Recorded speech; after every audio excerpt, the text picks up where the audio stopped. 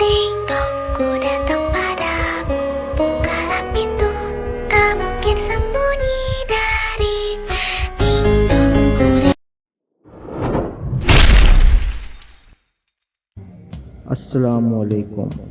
Joji moves की horror series में आपका स्वागत है। आज आपके लिए एक ऐसा दिलखराश और दिल को दहला देने वाला वाक़या लेके आए हैं जिसको सुनकर आपको वाकई कुछ महसूस होने लगेगा। आगे बढ़ने से पहले चैनल को लाजमी सब्सक्राइब कर लें, और अगर आपको हॉरर सीरीज़ पसंद आ रही है तो चैनल की प्लेलिस्ट को लाजमी विज़िट करें। जिन्नात का घर। फरहान मेरे बचपन का दोस्त है और हम दोनों ने बचपन से लेकर जवानी तक साथ रहे। फिर वो कमाने के लिए कराची चला गया। फरहान की शादी हो चुकी थी। फरहान अपनी फैमिली को भी साथ ले गया। फरहान चंद दिन पहले गांव आया, उससे मुलाकात हुई। उसने खुद के साथ होने वाले वाक़े को कुछ इस तरह बताया। फरहान कहता है, एक दिन सुबह के वक्त तुम्हारी भाभी और मेरी किसी बात पर तू मैं हो गई। मुझे बहुत गुस्सा आया। मसले के मज़ीद बढ़ने से बचने के लिए मैं गुस्से से उठा और नौकरी पर चला गया।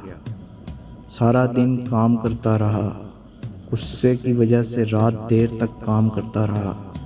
घर जाने का मूड नहीं था तो इसलिए जानबूझकर देर की।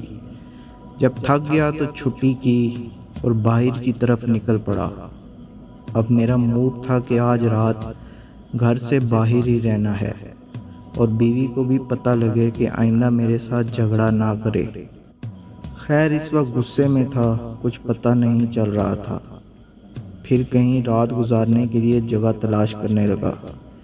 कुछ दूर ही चला था कि एक खाली घर जो किसी की रिहाइश ना होने की वजह से बिखरा पड़ा था।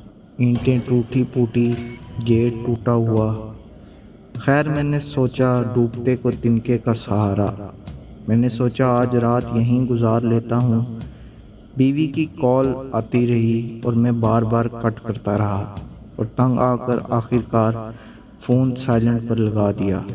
फिर सोने के लिए मोबाइल की लाइट ऑन करके सोने की जगह तलाश करने लगा। घर के 3 कमरे थे तो मैंने दरमियान वाले कमरे का इंतखाब किया और जगह साफ़ करके सोने लगा। मोबाइल को पावर ऑफ किया और रुमाल मेरे पास था तो उसको ओढ़कर सो गया। रात के कोई 2 बजे थे कि मुझे यूं महसूस हुआ कि मेरे साथ कोई सो रहा है। मैं यकदम से मेरी आंख खुली और डर के मारे मैंने करवट नहीं बदली और फिर से सो गया। कोई 5 मिनट गुजरे थे कि एक बिल्ली के चीखने की आवाज़ सुनाई दी। मोबाइल ऑन किया और देखा तो वो बिल्ली गायब थी। वहाँ पे किसी बिल्ली का नामो निशान नहीं था।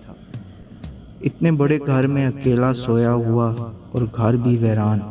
इस वक्त नींद उखड़ चुकी थी।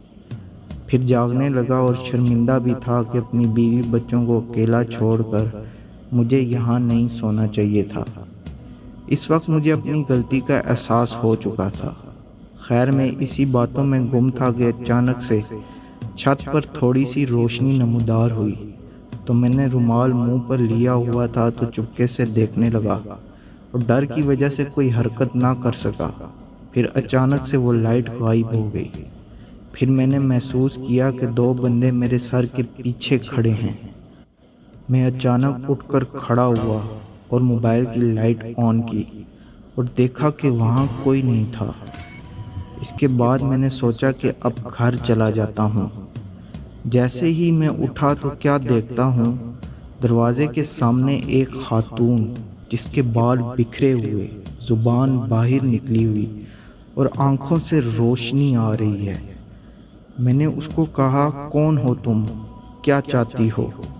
मुझसे वो खातून कुछ देर चुप रही और अचानक से गायब हो गई। मेरे होश उस वक्त उड़ गए। टांगें जवाब दे चुकी थी। फिर कुछ देर बाद 2 बंदों के साथ छत पर बैठी गुस्से से मेरी तरफ देख रही थी और बोली, तुम किसकी इजाज़त से इस घर में दाखिल हुए हो? تمہیں پتہ نہیں کہ یہاں ہماری جوان بیٹیاں ہیں اور جہاں ہماری بیٹیاں سو رہی تھی ان کے کمرے میں آ کر سو گئے ہو۔ فرحان کہنے لگا کہ اب کی بار تو سمجھ گیا کہ موت پکی ہے، لیکن جسے اللہ رکھے اسے کون چکھے۔ میں اس عورت سے معافی مانگنے لگا، واسطہ دینے لگا کہ مجھے معاف کر دو، غلطی سے آ گیا۔ فرحان کہنے لگا کہ اس عورت کی شکل مزید سے مزید ڈراؤنی ہوتی جا رہی تھی۔ اس کی آنکھیں گیند کی طرح موٹی ہو گئی اور اچانک سے میرے سامنے آ کر کھڑی ہو گئی اور مجھے گردن سے پکڑ لیا، اور میں چھڑوانے کے لیے بار بار کوشش کرتا رہا لیکن نہ چھڑوا سکا، اور دو مردوں نے میری ٹانگیں پکڑی اور زور کا مجھے زمین پر پٹخ دیا، جس سے مجھے بہت تکلیف ہوئی۔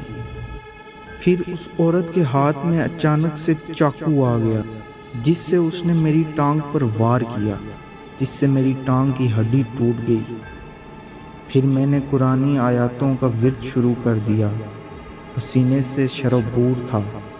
میں نے قرآنی آیاتوں کا ورد کیا، آیت الکرسی، سورۃ ناس وغیرہ پڑھنا شروع کی۔ جو کچھ یاد تھا وہ میں پڑھتا جا رہا تھا، تو اچانک وہ غائب ہو گئی اور میں ٹوٹی ہوئی ٹانگ لے کر لنگڑاتا ہوا بڑی مشکل سے اس گھر سے باہر نکلا اور سڑک پر نکل گیا، اور پھر میں بے ہوش ہو گیا۔ صبح اٹھا تو خود کو ہسپتال میں پایا۔ میری بیوی میرا ہوش میں آنے کا انتظار کر رہی تھی۔ شاید مجھے ہسپتال لانے والوں نے میرے موبائل سے نمبر نکال کر اس کو بلا لیا تھا۔ اپنی بیوی کو اندر بلایا اپنے پاس، تو اس کا رو رو کر برا حال تھا۔ میں نے اس کو تسلی دی کہ میں ٹھیک ہوں، کچھ نہیں ہوا، اور میری بیوی خود کو کوسنے لگی کہ مجھے آپ کے ساتھ نہیں لڑنا چاہیے تھا۔ میں نے اس کو چپ کروایا اور خود بھی اس کو کہا کہ قصور میرا بھی تھا۔ ایک دوسرے کے ساتھ پیار کے ساتھ صلح کر لی اور مجھے ڈاکٹر کی طرف سے چھٹی مل چکی تھی۔ گھر آ کر بیوی نے قرآن پاک کا ختم کرایا، مدرسے کے بچوں کو بلوایا، پھر جا کر میرا بوجھ ہلکا ہوا۔ پھر ہم گاؤں واپس آ گئے اور 4-5 ماہ بعد ٹانگ ٹھیک ہو گئی، لیکن اب بھی احساس ہوتا ہے کہ غصے کی وجہ سے میں مرتے مرتے بچا ہوں۔ اب کوشش کرتا ہوں کہ غصے پر کنٹرول کر کے معاملے کو صحیح طرح سے سیدھا کیا جائے۔ آپ لوگ بھی غصہ کرنے سے پہلے ایک دفعہ ضرور سوچ لیجیے گا۔ شکریہ۔